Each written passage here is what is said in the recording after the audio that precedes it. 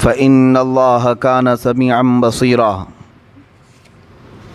وإن تلووا أو تعرضوا فإن الله كان بما تعملون خبيرا يا أيها الذين آمنوا بالله ورسوله والكتاب الذي نزل على رسوله والكتاب الذي أنزل من قبل ومن يكفر بالله وملائكته وكتبه ورسله واليوم الآخر فقد ضل ضلالا بعيدا صدق اللہ مولانا العظیم۔ بارگاہ رسالت مآب صلی اللہ تعالیٰ علیہ وسلم میں درود پاک کا ہدیہ پیش کریں۔ اللہم صلی وسلم علی سیدنا محمد وآلہ واصحابہ وبارک وسلم صلاۃ دائمۃ سرمدا ابدا۔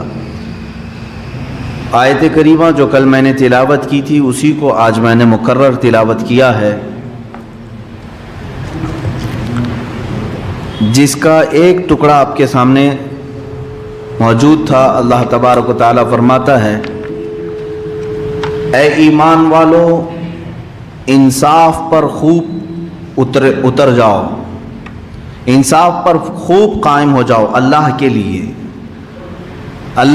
لیے گواہی دیتے ہوئے، چاہے اس میں تمہارا اپنا نقصان ہو یا ماں باپ کا یا رشتہ داروں کا۔ یہاں سے بات چل رہی ہے گواہی کے متعلق۔ گواہی کل جیسے کہ میں نے عرض کیا آپ کے سامنے، انگلش میں اس کو وٹنس کہتے ہیں اور ساکشی کہتے ہیں، یعنی گواہ کو۔ اللہ رب العزت کے لیے گواہی دینا، یہ کیا معنی ہے یہاں پر؟ اس کے دو معنی بتائے گئے۔ ایک تو میں نے آپ کو کل بتایا تھا کہ سب سے بڑی گواہی یہ ہے کہ اللہ کے ایک ہونے کی بات کرنا، یہ سب سے بڑی گواہی ہے۔ دوسری بڑی گواہی یہ ہے کہ میں گواہی دیتا ہوں محمد صلی اللہ علیہ وسلم اللہ کے رسول ہیں، آخری رسول ہیں۔ حضور اکرم صلی اللہ تعالیٰ علیہ وسلم کی نبوت اور رسالت کی گواہی دینا، یہ دنیا کی سب سے بڑی دوسری گواہی ہے۔ اب سنیں، یہ گواہی دینے کے وقت معاملات ایسے ہوتے ہیں کہ کبھی تمہارے اپنے دشمن ہو جائیں، کبھی رشتہ دار بھی دشمن ہو جائیں، ہو سکتا ہے ماں باپ دشمن ہو جائیں۔ یہ ان لوگوں کے لیے ہے جو نئے ایمان لاتے ہیں تو ان کے گھر والے سب ان کے خلاف کھڑے ہو جاتے ہیں۔ آج بھی جب کوئی نیا اسلام میں داخل ہوتا ہے تو اس کے پیچھے اس کے پورے گھر والے رشتہ دار سب پڑ جاتے ہیں۔ اس کو یہی کہتے ہیں نا، دھرم دروہی، یعنی یہ ہمارے دین اور ہمارا مذہب چھوڑ کر کے جا رہا ہے تو اس کو مارو، اس کو پکڑو، اس کو سزائیں دو۔ مکہ میں بھی یہی کیا ان لوگوں نے، کفار مکہ، مشرکین مکہ، یہاں تک کہ حضرت صہیب رضی اللہ تعالیٰ عنہ صحابی رسول ہیں، ان کے متعلق یہ ملتا ہے کہ وہ جب حضور اکرم صلی اللہ تعالیٰ علیہ وسلم پر ایمان لائے اور مدینہ طیبہ ہجرت فرمانے لگے تو ان کے اپنے والدین نے بھی ان کا سارا سامان چھین لیا اور کہا کہ اگر تم محمد صلی اللہ تعالیٰ علیہ وسلم کی بات پر ان کے دین میں جا چکے ہو اور ان کے وطن جانا چاہتے ہو تو ہم اپنے وطن سے تمہیں جلا وطن کرتے ہیں، گھر سے بے گھر کرتے ہیں، مالدار یہ مال جائیداد سب سے تمہیں بے گھر کرتے ہیں۔ تو کبھی ایسا ہوتا ہے کہ اللہ اس کے رسول کی گواہی دینے پر یہ مصیبتیں آ سکتی ہیں۔ یہ ان لوگوں کے لیے ہیں جو دائرہ اسلام میں داخل ہو رہے ہیں۔ اب رب تعالیٰ فرماتا ہے گواہی دیتے چاہے اس میں تمہارا اپنا نقصان ہو، وَلَوْ عَلَىٰ أَنفُسِكُمْ، تمہارا اپنا نقصان بھی ہو سکتا ہے۔ ایمان کی بات کرنے والے کو شاعر نے بہت اچھے انداز میں یہ بتایا ہے، یہ شہادت گہے الفت میں ہے، قدم رکھنا لوگ آسان سمجھتے ہیں مسلمان ہونا۔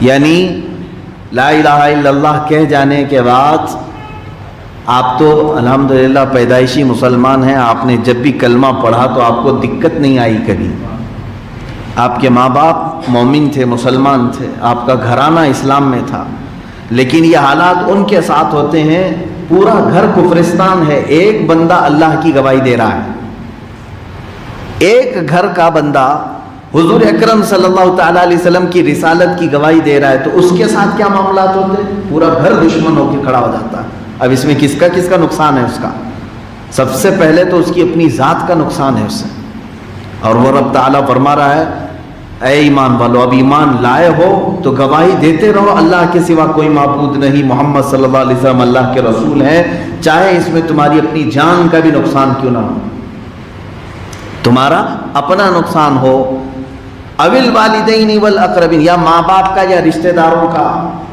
اللہ کے لیے جب گواہی دینے کی بات آئے، ماں باپ ہوں، رشتہ دار ہوں، سب ایک سائڈ ہوں گے، پہلے رب ذوالجلال کی بات ہوگی۔ ظاہر سی بات ہے، ترتیب میں اگر دیکھیں گے آپ کے رشتہ داروں میں دنیا میں سب سے بڑا حق آپ کے اوپر کس کا ہے؟ آپ کے ماں کا، پھر باپ کا، یہ ترتیب رکھی گئی ہے۔ پھر آپ کی بیوی کا حق ہے آپ کے اوپر، عورت ہو تو اس کے لیے شوہر کا حق سب سے پہلے ہے، اور اس کے بعد پھر بھائیوں کا، بہنوں کا، بھانجوں کا، بھتیجوں کا، اسی طرح پڑوسیوں کا، یہ ترتیب چلی آ رہی ہے۔ لیکن پوری ذات انسانی کو اگر دیکھیں، ہم پر سب سے پہلا حق کس کا ہے؟ تو سب سے پہلا حق اللہ رب العزت کا ہے، کیونکہ پیدا ہی اس نے کیا ہے، دنیا میں لایا ہی اس نے ہے، تو سب سے پہلا حق ہمارے اوپر کس کا ہے؟ اللہ رب العزت۔ تو اللہ کے لیے پھر ساری رشتہ داریاں ختم ہو سکتی ہیں۔ جہاں میرے مولا کی بات آئے تو پھر دنیا کی کوئی رشتہ داری اس میں خلل اندازی نہ ڈال سکے، خلل نہ ڈال سکے، یہ بات یاد رکھیں۔ اب اللہ رب العزت کی وحدانیت کی گواہی دینے پر تمہارا نقصان ہو یا تمہارے ماں باپ چھوٹ جاتے ہو، چھوٹنے دو، رشتہ دار چھوٹتے ہیں، چھوٹنے دو، اسی میں تمہاری بھلائی ہے۔ اس لیے کہ یہ ماں باپ، یہ رشتہ دار جن کو دیکھ کر کے تم ہو سکتا ہے تھوڑے دنوں کے لیے ایمان کو چھپا دو، میں ایمان لاؤں گا تو پتہ نہیں میرے ماں باپ کیا سمجھیں گے، میرے رشتہ دار کیا کہیں گے، یہ کچھ نہیں کہیں گے، یہ تمہارے مرنے کے بعد تو تمہیں گڑھے کے اندر ڈال کر کے چلے آئیں گے۔ کوئی ہے ان میں سے ہمارے قبر میں آ سکتا ہے؟ عزیز سے عزیز چاہنے والی ماں ہی کیوں نہ ہو، ہماری قبر میں وہ بیٹھے گی، 1 گھنٹہ بیٹھے گی، بند کر کے جانے کے بعد ہمارے ساتھ کوئی نہیں۔ میرے عزیزوں، مسلمان کا یہی عقیدہ ہے، جس نے تمہیں عدم سے ہست میں لایا ہے، مانند مطلب تم کچھ نہیں تھے اور تمہیں ایک ذرہ بنایا ہے، وہ اللہ رب العزت۔ اب یہاں سے جاؤ گے پھر بھی تمہیں اس کا ہی سامنا کرنا ہوگا، تمہارے والدین اور رشتہ داروں کا نہیں، اللہ رب العزت۔ اس کی حکومت اس وقت بھی تھی جب ہم ماں کے پیٹ میں تھے، اس کی حکومت آج بھی ہے جب ہم روئے زمین پر ہیں، اس کی حکومت اس وقت بھی ہوگی جب ہم قبر میں جائیں گے، اس کی حکومت اس وقت بھی ہوگی جب میدان محشر میں اٹھائے جائیں گے۔ تو تمہیں اس سے بھاگ کر کے تو کہیں جا ہی نہیں سکتے ہو۔ اب اسی لیے چند صحابہ کی مثالیں میں آپ کو بتا دوں۔ پہلی گواہی ہے، ہو سکتا ہے یہ جتنی بحث میں کر رہا ہوں یہ میری بحث ان بچوں کے لیے کام آئے گی جو نئے نئے اسلام میں آئے ہیں، یا ان عورتوں کے لیے، ان بچیوں کے لیے یہ ضرور کام آئے گی جو اسلام میں آئے ہیں کفرستان سے، پورا خاندان کفر میں، شرک میں مبتلا ہے، اور صرف وہ دائرہ اسلام میں آئے، ان کے لیے یہ حوصلے کی بات ہو سکتی ہے۔ میرے عزیز، یاد رکھنا، قرآن نے پہلی مرتبہ یہ کہہ دیا، اللہ کے لیے گواہی دیتے رہو، چاہے اس میں تمہارا اپنا نقصان ہو یا رشتہ داروں کا ہو یا ماں باپ کا ہو، اللہ تبارک و تعالیٰ پھر اس بندے کو تنہا نہیں چھوڑتا، فرماتا ہے ان یکن غنیا، جس پر گواہی دو وہ غنی ہو یا فقیر ہو۔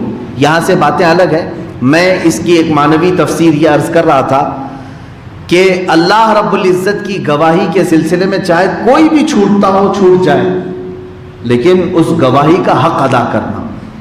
صحابہ اکرام کی زندگی میں ہم نے دیکھا ہے، حضرت ابو ہریرہ رضی اللہ تعالیٰ روتے تھے حضور صلی اللہ علیہ وسلم کی بارگاہ میں، کہتے کہ یا رسول اللہ صلی اللہ علیہ وسلم، ماں ایمان نہیں لاتی میری، سخت قسم کی ہے، مانتی ہی نہیں کسی بات کو، لیکن ہے تو ماں، مجھے ماں کی بھی محبت ہے، میں آپ کی بارگاہ میں آتا ہوں تو ناراض ہوتی ہے، کچھ ایسا فرما دے میرے آقا کہ میرے لیے آپ کی محبت میں کوئی رکاوٹ نہ آنے پائے۔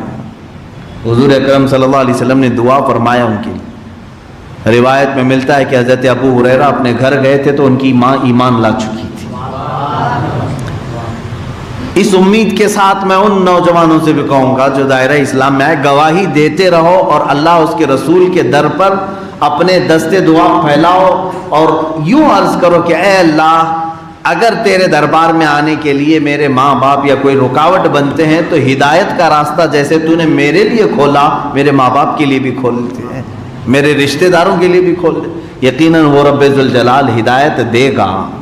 اب یہاں پر دنیاوی گواہی کی بات میں کرتا ہوں۔ یہ ہو گئی دنیا کی سب سے بڑی گواہی، اللہ کے ایک ہونے کی بات کرنا اور حضور صلی اللہ علیہ وسلم کے رسول ہونے کی بات کرنا، یہ دنیا کی سب سے بڑی گواہی۔ اس کے علاوہ دوسری گواہیاں ہوتی ہیں۔ اب یہ معاملات ہیں، اس کو سمجھ کر کے چلیں۔ مثال کے طور پر میرا کسی سے کچھ معاملہ ہو گیا، مقدمے میں ہم چلے گئے، فلاں صاحب نے کہا کہ ان کے ساتھ میرا معاملہ ہے۔ انصاف کی کرسی پر بیٹھا ہوا جج ان سے پوچھنے لگا کوئی گواہ ہے آپ کے پاس؟ تو انہوں نے گواہ کے طور پر آپ میں سے کسی کو بھیج دیا، یہ گواہ ہے۔ اب آپ کی ذمہ داری کیا ہے؟ میرے خلاف گواہ بنا کر کے میرے اپوزٹ پارٹی والے نے آپ کو کھڑا کر دیا، یہ تھے اس جگہ پر، گواہی کے لیے آپ آ گئے، تو کیا آپ میرا چہرہ دیکھیں گے پہلے؟ ارے یہ تو حضرت ہیں، ہمارے امام صاحب ہیں۔ گواہی دینے والے کو کیا دیکھنا چاہیے؟ کیا دیکھنا ہے؟ جب تمہیں گواہی کے لیے بلایا جائے تو قرآن کہتا ہے انصاف پر خوب قائم ہو جاؤ، یہ یاد رکھنا سامنے کون ہے وہ نہیں، یہ دیکھنا اللہ میرے سامنے ہے، اللہ ہے۔ اب جو چیز تمہیں معلوم ہے اس کی گواہی دو۔ ذرا برابر زیادتی کیا یا ذرا برابر کمی کیا تو اسی گواہی میں تمہارے پورے اعمال ختم کر دیے جائیں۔ گواہی کو آسان نہ سمجھنا۔ اللہ تبارک و تعالیٰ نے دوسری جگہ قرآن پاک میں فرمایا ہے والذین یشہدون الزور، اور وہ لوگ جو جھوٹی گواہی دیتے ہیں، جھوٹی گواہی دیتے ہیں، ان کے لیے عذاب نار ہے، دوزخ کا عذاب ہے ان کے لیے۔ اور بہت بھیانک ایک وادی کا ذکر آیا ہے جھوٹی گواہی دینے والوں کے لیے۔ اب یہاں دیکھیں رب تعالیٰ فرماتا ہے کہ گواہی جس پر تم دے رہے ہو ان یکن غنیا او فقیرا فاللہ اولی بہما، جس پر گواہی دو وہ غنی ہو یا فقیر ہو، بہرحال اللہ کو اس کا سب سے زیادہ اختیار ہے۔ یعنی جس کے اوپر تم گواہی دینے کے لیے آئے ہو، یہ نہیں دیکھنا کہ بہت بڑا سیٹ ہے، میں بولوں گا تو میرا نقصان ہو جائے گا، یا یہ بھی نہیں دیکھنا کبھی کہ بہت غریب ہے، بولوں گا تو میرا کیا جانے والا ہے، یہی جائے گا جیل میں۔ یہ دونوں صورت اسلام بتا رہا ہے کہ جس پر تم گواہی دے رہے ہو کبھی بھی سامنے والے کو یہ نہ دیکھو کہ وہ غنی ہے کہ فقیر ہے، یہ ضرور دیکھنا کہ اللہ پر میرے حالات سب کھلے ہوئے ہیں، آگاہ ہے، میرا مولا باخبر ہے۔ تو گواہی کے لیے اب ایک اور صورت، کہاں کہاں گواہی لی جاتی ہے؟ آپ تو شاید صرف چاند کی گواہی سنتے رہتے ہوں گے، چاند دیکھتے ہیں تو گواہی کے لیے علماء بلاتے ہیں، باقی کہیں گواہی کا معاملہ بھی ابھی نہیں رہ گیا ہے۔ گواہی کے اصول بھی بہت سارے سخت ہیں، کس سے گواہی لی جائے گی؟ آپ دیکھیں گواہ کا اسلام میں بہت عمل دخل ہے۔ تمہاری شادی نہیں ہوگی جب تک گواہ نہیں ہوں گے، ہوتے ہیں کہ نہیں؟ ابھی یہاں فارم فل اپ کرنے کے لیے ایک گواہ لڑکے کی طرف سے ایک گواہ لڑکی کی طرف سے رکھا جاتا ہے کہ نہیں؟ وہ فارم فل اپ کرنے والے گواہ ہیں، لیکن کسی نے ایسی شادی کر لی، شادی کا مسئلہ کتنا ہے معلوم ہے؟ یہ پڑھانا اڑانا، یہ سب جتنا کلمے پڑھاتے ہیں، درود پڑھاتے ہیں، یہ سب چیزیں فرض واجب نہیں ہیں، یہ تو مستحبات میں سے۔ پڑھا لیا تو ثواب ہے، نہیں پڑھایا تو نکاح پر کچھ فرق نہیں آئے گا۔ لیکن نکاح کی اصل چیز کیا ہے؟ ایجاب و قبول، بس دو لفظ میں پورا نکاح ہو جاتا ہے۔ لڑکی نے کہا مجھے منظور ہے، لڑکے نے کہا مجھے قبول ہے، نکاح ہو گیا۔ پورا کلمہ پڑھنا، فاتحہ پڑھنا یہ مستحبات میں سے۔ میں یہ بھی نہیں کہہ رہا کہ آج سے یہ مت کرو، کرو، ہم تو سنی ہے میرے عزیزو، لیکن نکاح کی جو اصل چیز ہے وہ کیا ہے؟ ایجاب و قبول۔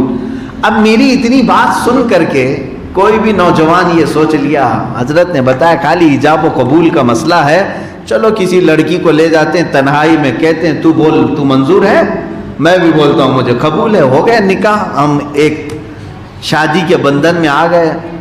میرے عزیزو، اس طرح تنہائی میں بیٹھ کر کے دو لوگ نکاح کر لیں تو جیسے میں نے کہا خالی ایجاب و قبول کا نام نکاح ہے، وہ نوجوان یہ سمجھا کہ میرا نکاح ہو گیا، نہیں، نکاح نہیں ہوا، یہ حرام کیا تم نے، کیونکہ شریعت نے نکاح کے ایجاب و قبول کے ساتھ گواہوں کو بھی شرط میں رکھا ہے۔ تمہیں بتانا پڑے گا سب کو کہ نکاح کر رہے ہو۔ کلمہ نہیں پڑھے الگ بات ہے، فاتحہ نہیں پڑھے الگ بات ہے، لیکن لوگوں کو تو معلوم کرانا ہوگا، ورنہ زنا ہو جائے گا۔ آپ اندازہ کریں کہ گواہ کی کتنی اہمیت ہے، گواہ کی کتنی، ہماری زندگیاں شروع ہوتی ہیں گواہیوں سے، ہماری شادی ہوتی ہے گواہی سے۔ اب کیسا گواہ رکھنا چاہیے؟ اب یہاں میں بولوں گا تو بہت ساری چیزیں اس میں سے یعنی ماحول کے اعتبار سے میچ نہیں ہو پاتی ہیں۔ گواہ کو باشرہ ہونا چاہیے، وہ ایسا ہو کہ اللہ کا خوف رکھتا ہو، لیکن ایسا ڈھونڈنے جائیں گے تو نکاح مشکل ہو جائے گا، اس لیے کہ پورے شہر میں ایک دو ملیں گے اور انہی کو سب شادیوں میں گھمانا پڑے گا۔ تو ظاہر سی بات، تو دونوں کی طرف سے کسی کو بھی گواہ بنا دیتے ہیں، ادھر کا ماموں ادھر کا چاچا، کوئی بھی ایک گواہ ہو جاتا ہے۔ لیکن جو گواہ کی کوالٹی ہے، مثال کے طور پر آپ دیکھیں چاند کی گواہی بھی لینے کے لیے کہا گیا، یہ دیکھو فاسق و فاجر تو نہیں ہے۔ فاسق و فاجر کا مطلب ہوتا ہے علل اعلان حرام کام کرنے والا، ایسے کی گواہی قبول نہیں۔ جماعت سے نماز کو ترک کرتا ہے جان بوجھ کر کے، تو کہا گیا اس کی گواہی قبول مت کرو، مردود الشہادہ ہے۔ جو طاقت ہونے کے باوجود مسجد میں آ کر نماز نہیں پڑھتا، اس کو کہا ہے شریعت نے کہ وہ مردود الشہادہ ہے، یعنی اس کی گواہی نہیں ایکسپٹ کی جائے گی، قبول نہیں۔ زنا میں کبھی مشہور ہو گیا ہے یا پھر حرام کام کرنے میں مشہور ہو گیا ہے، سود لیتا ہے، اس کی گواہی نہیں لی جائے۔ چوری میں کبھی پکڑا گیا، اس کی گواہی قبول نہ کی جائے، علل اعلان اس کے گناہ ظاہر ہوں تو ایسے کی گواہی قبول نہیں کی جائے گی۔ میاں یہ دنیا کا معاملہ نہیں، ہمارے آخرت کا معاملہ ہے۔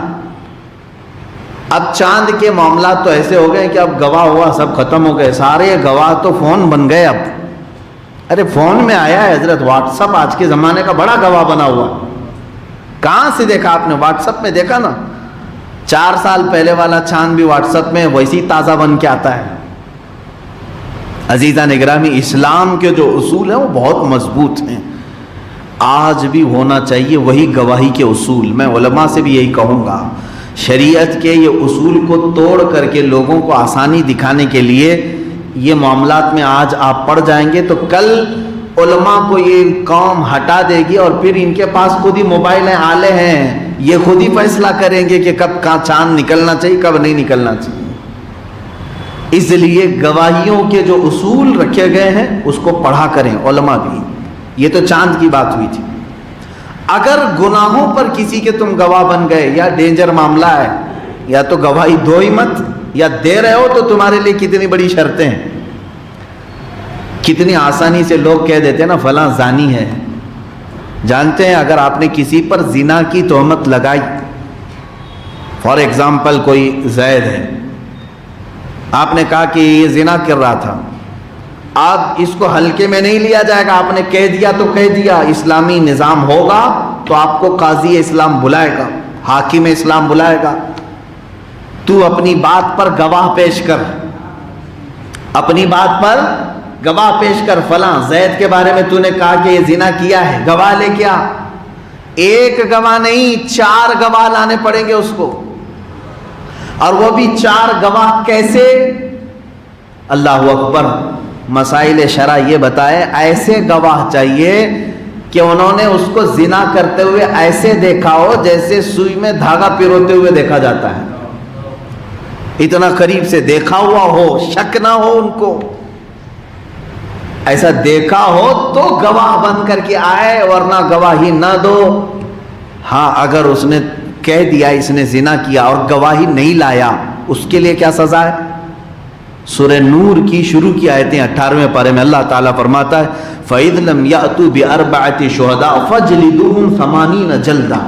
اللہ فرماتا ہے اگر وہ 4 گواہی نہیں لایا جس نے تہمت لگایا تھا، اللہ فرماتا ہے حاکم اسلام کو چاہیے کہ وہ اسے 80 کوڑے مارے. کس کو؟ زنا کرنے والے کو نہیں، جو زنا کی تہمت لگایا تھا اس پر. اللہ فرما رہا ہے اس کو 80 کوڑے مارو، کیونکہ گواہ نہیں لا سکا. اتنا آسان سمجھتے ہیں لوگ کسی کو بھی کچھ بول دینا. آج اسلامی نظام ہوتا تو پتہ نہیں کتنوں کو 80 کوڑے لگتے ہیں. اگر تم گواہ نہیں لا سکتے تو بولو بھی مت ایسا جملہ. چلے آج یہ سوچتے ہوں کہ یہاں تو کوڑا درہ کچھ بھی نہیں، کون مارنے والا ہے، جس کو چاہے ہم بولیں گے زانی ہے، زنا کرتا ہے، معاذ اللہ. میں آپ کو بتاتا ہوں میرے عزیز، جب دنیا میں 80 کوڑوں کی سزا ہے تو پھر آخرت میں کیا سزا ہوگی اگر تم گواہ نہیں لا سکے.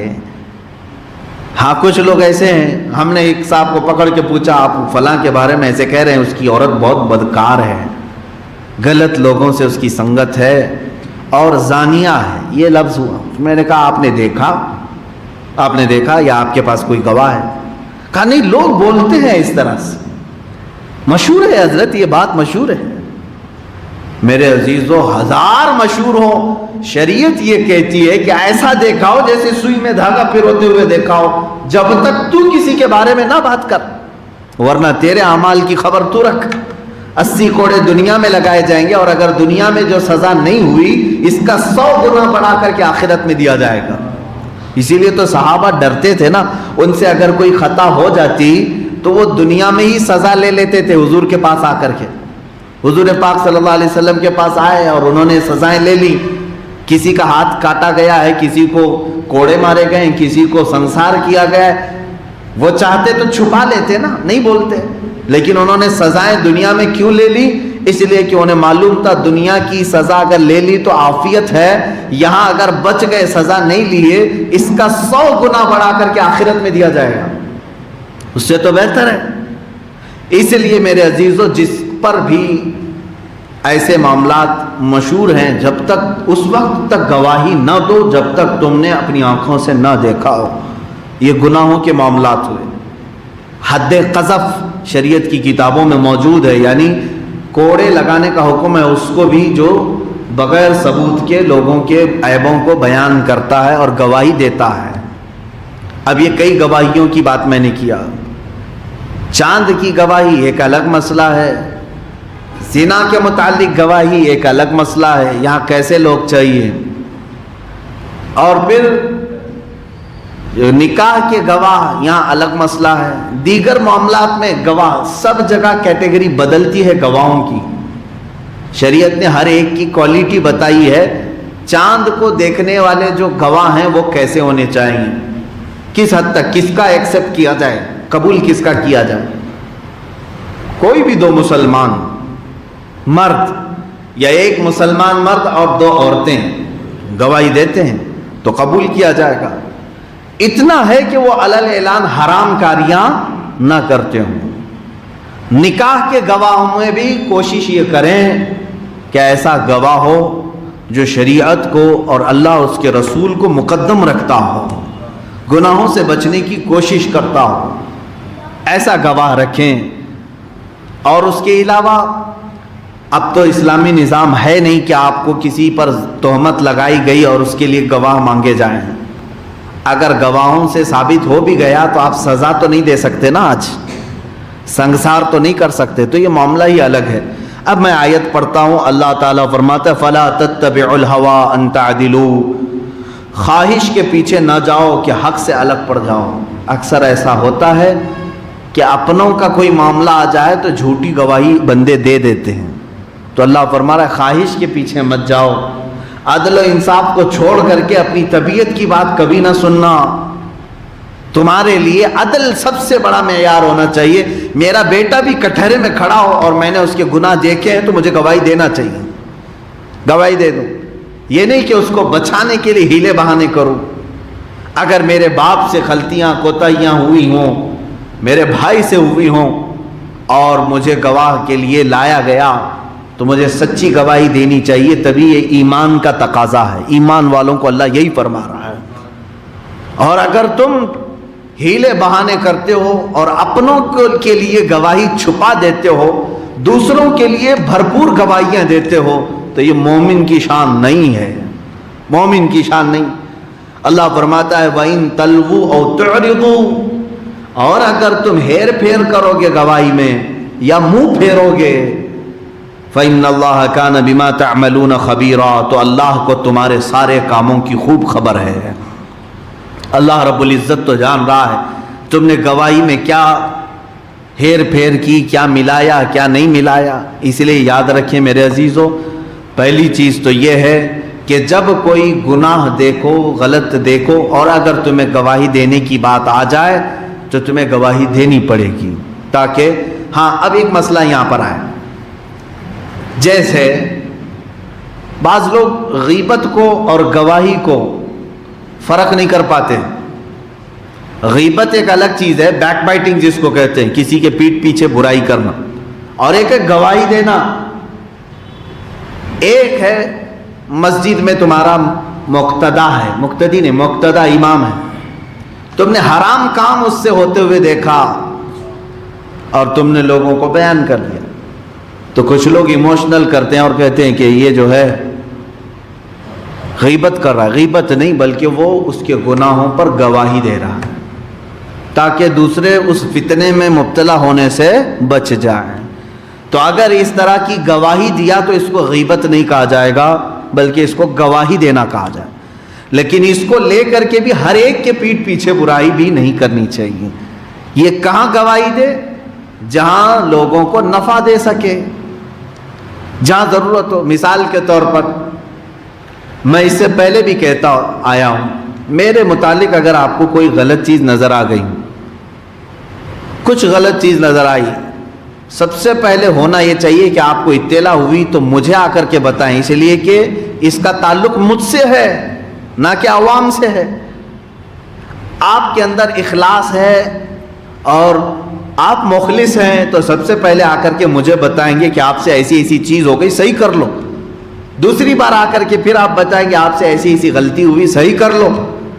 پھر اگر مجھ سے وہ غلطی صحیح نہیں ہوئی تو پورے مجمع میں آپ اعلان کریں گے کہ اس کی ایک ایسی غلطی ہے جس کی وجہ سے تمہاری نمازیں نہیں ہو سکتی، لہٰذا اے لوگوں دور ہو جاؤ، تم نے اپنی ذمہ داری پوری کری۔ لیکن یہاں الٹا ہوتا ہے، امام کو تو پتہ ہی نہیں رہتا، پورے مجمع میں معلوم رہتا ہے، مارکیٹ میں پورا گھوم رہی ہے بات، دکان دکان جا کر کے بتا رہے ارے ان کا تو ایسا معاملہ ہے، ان کا تو ایسا معاملہ ہے۔ تو جو تمہارے پاس آ کر کے ان تمام چیزوں کو بتاتا ہے اس سے صرف ایک ہی سوال کریں، ٹھیک ہے میاں اگر وہ غلط ہے تو مسلمان ہے، اس کی اصلاح کرنی چاہیے، یہاں بیٹھ کر بات کرنے سے بہتر ہے چلو اسی کے پاس جا کر اس کو صحیح کر دیتے ہیں، اس کو بتا دیتے ہیں اور وہ صحیح کر لیتے ہیں۔ اگر وہ نہیں مانتا اور صحیح نہیں کرتا اپنے آپ کو، تب پھر ہم سب کو مل کر کے بتائیں گے کہ ہم نے اس کی غلطی کی اصلاح کرنے کی کوشش کی، وہ اصلاح نہیں کرتا، لہذا اے لوگوں ایسے شخص سے تم سب اپنا بچاؤ۔ یہ اصول ہوتا ہے۔ اب آیتیں آگے کی جو میں نے تلاوت کی، اللہ تعالیٰ فرماتا ہے اے ایمان والو اللہ اور اس کے رسول پر ایمان لاؤ، ایمان رکھو، اور اس کتاب پر جو اپنے ان رسول پر اتاری اور اس کتاب پر جو پہلے اتاری، اور جو نہ مانے اللہ اور اس کے فرشتوں اور کتابوں اور رسولوں اور قیامت کو تو وہ ضرور دور کی گمراہی میں پڑا ہے۔ بے شک وہ لوگ ان الذین آمنوا ثم کفروا ثم آمنوا ثم کفروا ثم ازدادوا کفرا لم یکن اللہ لیغفر لهم ولا لیہدیہم سبیلا، بے شک وہ لوگ جو ایمان لائے پھر کافر ہوئے، پھر ایمان لائے پھر کافر ہوئے اور پھر کفر میں بڑھے، اللہ ہرگز نہ انہیں بخشے نہ انہیں سیدھا راستہ دکھائے گا۔ یہاں سے ایمان کی بات چل رہی ہے۔ ایمان کسے کہتے ہیں یہ آپ نے پہلے سنا ہوگا ہمارے بیانات میں، عقائد کے 7 چیزوں پر یقین رکھنے کا نام ایمان ہے۔ اللہ پر، اس کے فرشتوں پر، اس کی کتابوں پر، اس کے رسولوں پر، قیامت کے دن پر اور تقدیر پر، پھر مرنے کے بعد دوبارہ قیامت کے دن اٹھائے جانے پر، زندہ ہونے پر۔ یہ 7 چیزوں پر یقین رکھنے کا نام کیا ہے؟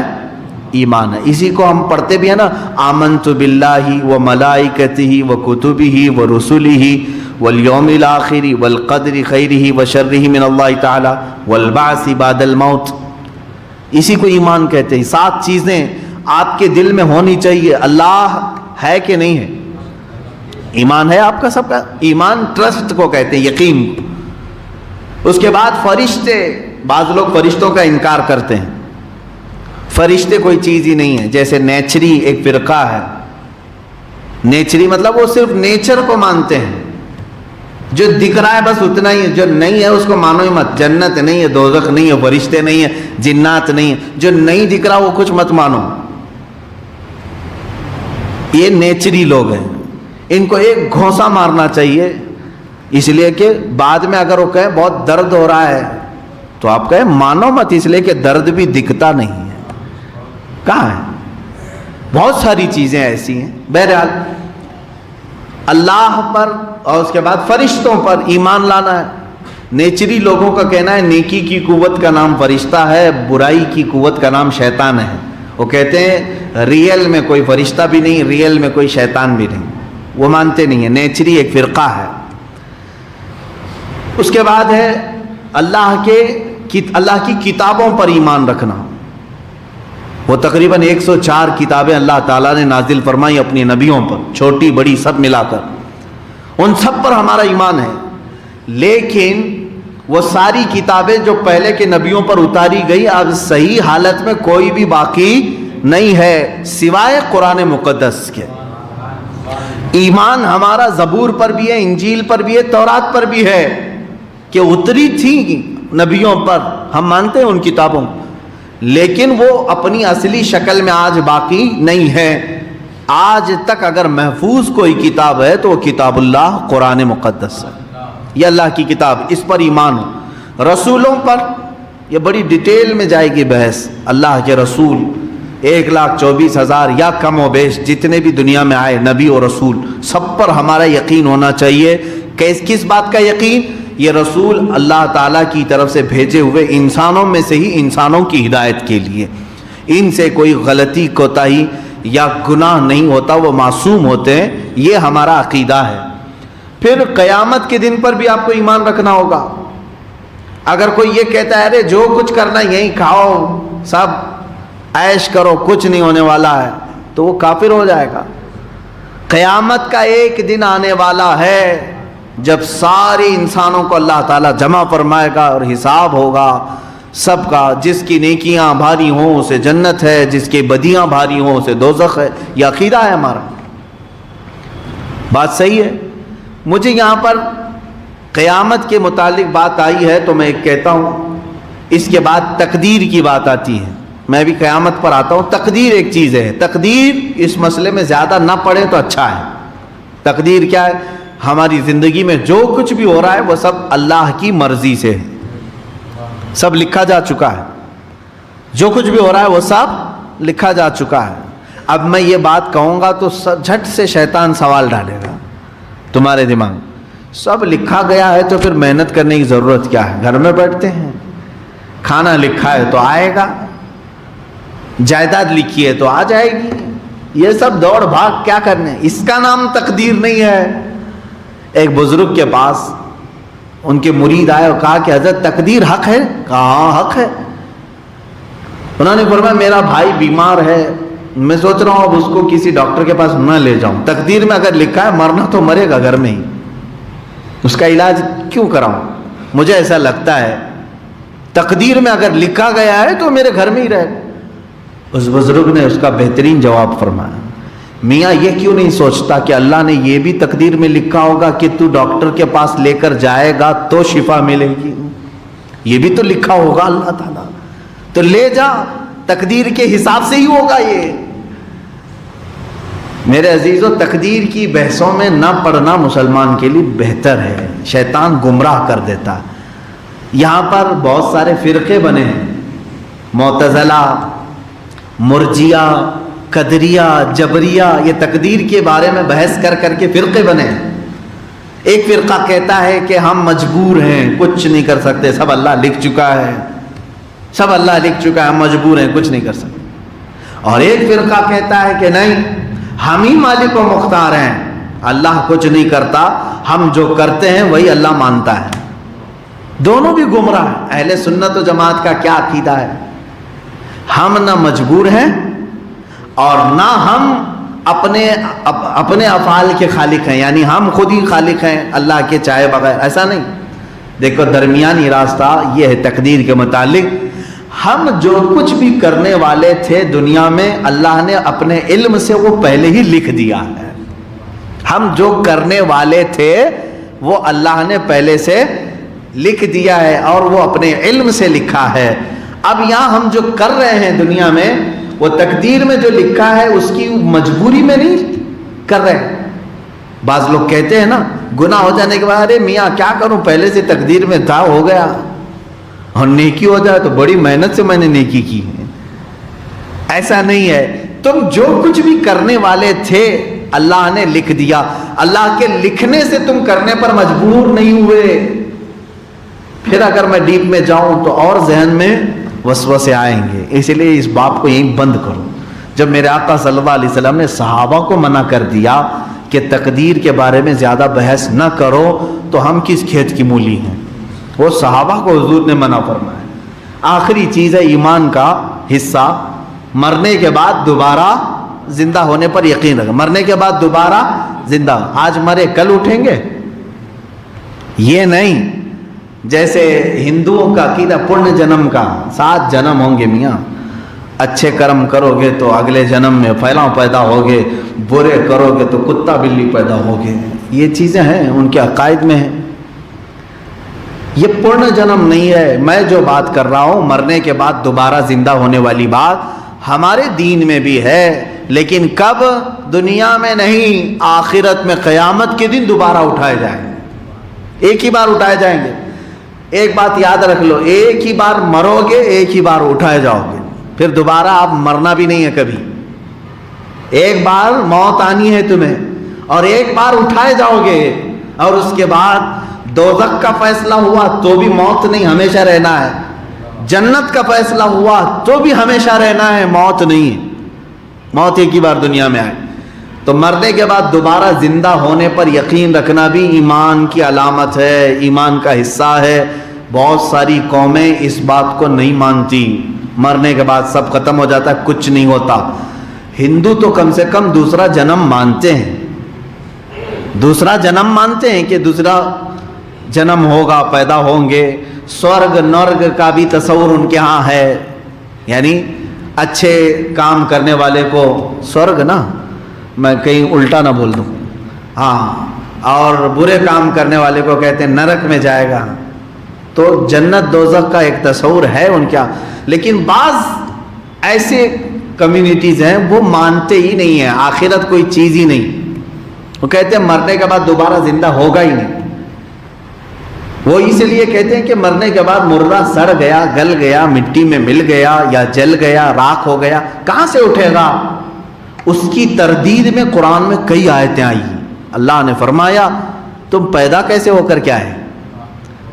تم کو اللہ تعالیٰ نے پانی کے ایک قطرے سے پورا جسم بنایا، تمہاری جلی ہوئی راکھ سے کیا وہ دوبارہ نہیں اٹھائے گا؟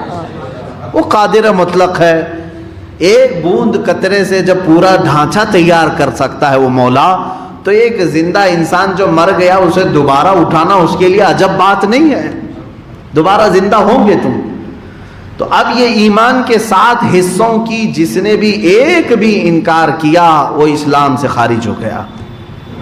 پھر سے میں گناؤں، اللہ پر یقین رکھنا، اس کے فرشتوں پر یقین رکھنا، اس کی کتابوں پر، اس کے رسولوں پر، قیامت کے دن پر، تقدیر پر، مرنے کے بعد دوبارہ زندہ ہونے پر۔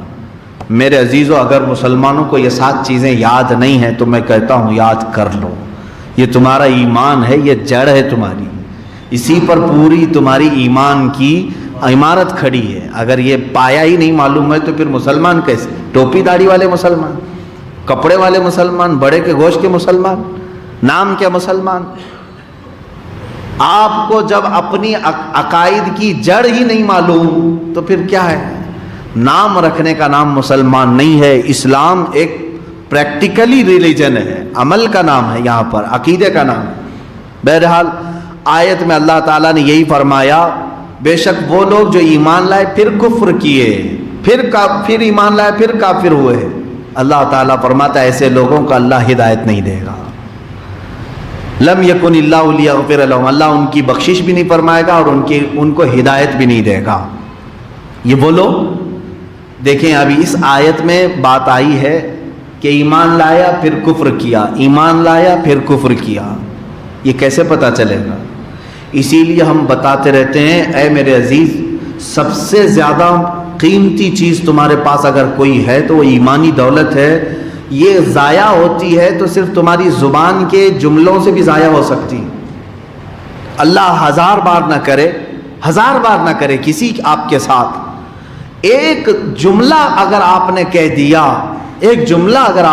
دیا، قرآن میں جھوٹ آیا ہے، معاذ اللہ، پورا ایمان چلا گیا۔ جتنی نمازیں پڑھے تھے سب گئی، حج کیا تھا تو وہ ختم، عمرے کیا تھا تو وہ گئی، زکوٰۃ دیا تھا تو وہ گئی، کوئی نیکی باقی نہیں رہی۔ کفر نے تمہارے ایک جملے نے سب ختم کر دیا، سارے اعمال ختم ہو گئے، تمہیں پتہ بھی نہیں چلا۔ ایک زبان کا ایک جملہ، کفریہ جملے بہت سارے لوگ بک جاتے ہیں، انہیں پتہ بھی نہیں ہوتا ہے، اور پھر کسی نے یاد دلایا، توبہ کر لیا، استغفر اللہ، پھر ایمان لائے، پھر ایسی بے احتیاطی کیا، پھر کافر ہوا۔ اللہ تعالیٰ نے 2 مرتبہ فرمایا، بے شک وہ لوگ جو ایمان لائے ثم کفروا، پھر کافر ہوئے، ثم آمنوا، پھر ایمان لائے، ثم کفروا، پھر کافر ہوئے، 2 بار ایسا کیا۔ تیسری بار کفر میں وہ بڑھتے چلے گئے تو اب رب تعالیٰ فرماتا ہے اللہ ان کو ہدایت کی طرف نہیں بلائے گا، ہدایت کی طرف انہیں نہیں بلائے گا۔ اس آیت کی اور تفصیل ہے، میں پھر انشاءاللہ کل عرض کروں گا، لیکن ایک بات یاد رکھنا، چلتے پھرتے لوگ کفریہ جملے بول جاتے ہیں۔ میرے آقا صلی اللہ تعالیٰ علیہ وسلم کی حدیث بھی ہے، فرماتے ہیں میری امت پر ایک زمانہ ایسا آئے گا کہ رات کو مومن سوئے گا، صبح کافر اٹھے گا، صبح مومن ہوگا، شام تک کافر ہو جائے گا۔ کیسے پوجا پاٹ کر کے؟ نہیں، یہ جملے، یہ زبان جو تمہاری ہے یہ تم سے کفر کروا دیتی ہے۔ آج فلمی گانوں میں ہی اتنے کفریات بھرے ہوئے ہیں کہ تم اگر وہ گانے گنگناؤ گے تو کافر ہو جاؤ گے۔ سارے گانوں کی بات نہیں کر رہا ہوں، کچھ گانے ایسے ہیں جس میں کفریہ کلمات ہیں، یعنی اپنے محبوب کو خدا بنا کر کے پیش کر دینا کہ تمہارے سامنے میں سجدہ کروں گا، اس طرح کے کچھ الفاظ ہیں۔ پوری کتاب ہے، حضرت مفتی نظام الدین صاحب قبلہ کی پوری کتاب ہے فلمی گانوں میں موجود کفریات کے متعلق، اور اس کو ہمارا نوجوان آج سنتا بھی ہے، کہتا بھی ہے، اسے معلوم ہی نہیں۔ ایک ایگزامپل، خدا بھی جب دیکھتا ہوگا، اس طرح کا کوئی جملہ یاد نہیں ہے مجھے، سوچتا ہوگا کہ تجھے کس نے بنایا ہوگا، ایسے کچھ جملے ہیں گانوں کے۔ معاذ اللہ رب العالمین، جس نے یہ کہا اس نے کفر کیا۔ اللہ کی تخلیق کے علاوہ کوئی اور خالق ہو سکتا ہے؟ یہ تمام جملے، اور قدرت نے بنایا ہوگا، جملے یاد نہیں آ رہے ہیں۔ بہرحال اس میں موجود اپنے محبوب کو گانوں میں اس طرح کا پیش کرنا کہ خدائی درجہ دے دینا یا اللہ کی شان میں توہین ہو جانا، یہ وہ ہیں جو آج ہندوستانی گانوں میں بھی کفریات موجود ہیں۔ اس لیے ہم اپنے نوجوانوں سے کہتے ہیں کہ میرے عزیز، یہ شہادت گہ الفت میں ہے قدم رکھنا، لوگ آسان سمجھتے ہیں مسلمان ہونا۔ تم ایمان تو لائے ہو، آج نمازیں پڑھ رہے ہو، کہیں ایسا نہ ہو کہ یہ ایمان کی دولت تمہاری ختم ہو جائے، کافر بن گئے، پھر ایمان لائے پھر کافر ہو گئے، پھر ایمان لائے پھر کافر ہو گئے۔ اگر یہ کھیل چلتا رہا تو رب تعالیٰ فرماتا ہے اللہ اسے ہدایت ہی نہیں دے، اللہ اس کی بخشش نہ فرمائے۔ یہ آیتیں بتا رہی ہیں، اسی لیے ایسی چیزوں سے پرہیز کرو جہاں ہلکا شبہ بھی آپ کو لگتا ہے کہ میرے رب کی شان میں توہین ہو سکتی ہے، رسول کریم صلی اللہ علیہ وسلم کی، یا اسلام کا مذاق ہو گیا یا قرآن کا مذاق ہوا، آدمی دائرہ اسلام سے خارج ہو گیا۔ ان تمام چیزوں کو محفوظ رکھنا چاہیے۔ اللہ تعالیٰ نے فرمایا اس کے بعد کی آیتیں بشر المنافقین بان لهم عذابا الیما، اب یہاں سے منافقین کی بات چل رہی تقریباً ایک صفحے تک، یعنی آیت نمبر 138 سے لے کر 148 تک 147 تک تقریباً 10 یا 9 آیتیں، پورا ایک صفحہ قرآن پاک کا اللہ تعالیٰ نے یہ منافقین کے متعلق بیان فرمایا، اور یہ صفات سب آپ کو پتہ چلیں گی۔ کل میں عرض کروں گا اگر زندگی باقی رہی منافقین کون ہیں، شاید ابھی 1-2 جمعہ قبل میں نے اس پر بیان بھی کیا، لیکن اب یہ تفسیر ہے، ڈیٹیل ہر آیت تمہیں بتائے گی کہ منافق کون ہے۔ کہیں ایسا تو نہیں کہ ہمارے اندر منافقت آ گئی ہو، یہ ڈھونڈنے کی ضرورت ہے، کیونکہ نفاق کی 2 صورتیں بتائی گئی، ایک نفاق عملی ہے، ایک نفاق اعتقادی ہے۔ عقیدے میں ایک منافق کیسا؟ کہتا تو ہے میں مسلمان ہوں، لیکن دل میں اللہ کی دشمنی پالتا ہے، رسول کی بغض و عداوت رکھتا ہے، اس کو کہتے ہیں نفاق اعتقادی، عقیدے کا منافق ہے۔ کس کا ہے؟ عقیدے کا منافق ہے، یہ تو کافر سے بھی گیا گزرا ہے، دل کے اندر دشمنی ہے اسلام کی، لیکن اوپر چہرہ سب کیا ہے؟ مسلمانوں کا رکھا ہے۔ یہ منافق اعتقادی ہے۔ ایک ہوتا ہے نفاق عملی، اللہ اوپر، یہ بہتوں میں آ جاتا ہے۔ یہ کیسے؟ کہتا ہے میں اللہ کو ایک مانتا ہوں لیکن اس کی نمازیں نہیں پڑھتا، عمل کا منافق ہے۔ رب تبارک و تعالیٰ کو احکم الحاکمین مانتا ہے لیکن فیصلے غیروں سے کرتا ہے، قرآن کو فیصل نہیں بناتا، قرآن کے فیصلے نہیں مانتا، یہ نفاق عملی ہے۔ اس کی انکار کر دے گا تو کافر ہو جائے گا، لیکن کرتا نہیں، عمل نہیں کرتا، تو یہ نفاق عملی ہے۔ بہت سارے لوگوں کے اندر یہ نفاق آ چکا ہے، عمل کا نفاق۔ میرے عزیزو اب بھی اگر ہم سے ایسے گناہ ہوئے ہیں تو جلدی سے توبہ کرنا چاہیے۔ نفاق عملی کی توبہ قبول ہے، اللہ معاف کرے گا، اور قیامت کے دن سزا بھی اگر دے دی گئی تو پھر دوزخ میں بھی ڈال دیا گیا نفاق عملی والے کو، لیکن جنت اسے ملے گی۔ لیکن عقیدے کا جو منافق ہے اس کی بخشش نہیں ہے، اس کے لیے تو اللہ فرما رہا ہے بشر المنافقین بان لهم عذابا الیما، اے حبیب خوشخبری دو، بشارت دے دو منافقوں کو کہ ان کے لیے اللہ نے دردناک عذاب رکھا ہے۔ منافقین کو اللہ فرما رہا ہے بشارت دے دو ان کو کہ ان کے لیے دردناک عذاب ہے۔ یہ کون سے منافق؟ یہ عملی منافق نہیں، عقیدے کے جو منافق ہیں، یعنی چہرہ اسلامی ہے لیکن اندر سے دل کے اندر اسلامی بغض ہے، عداوت ہے، دشمنی ہے، اس کے لیے یہ اللہ نے بشارت دی کہ اس کے لیے دوزخ ہے۔ اللہ تبارک و تعالیٰ نفاق عملی سے بھی ہمیں بچائے اور نفاق اعتقادی سے بھی ہماری حفاظت فرمائے۔ کہنے سننے سے زیادہ مولا عمل کی توفیق عطا فرمائے۔ وآخر دعوانا ان الحمد للہ رب العالمین۔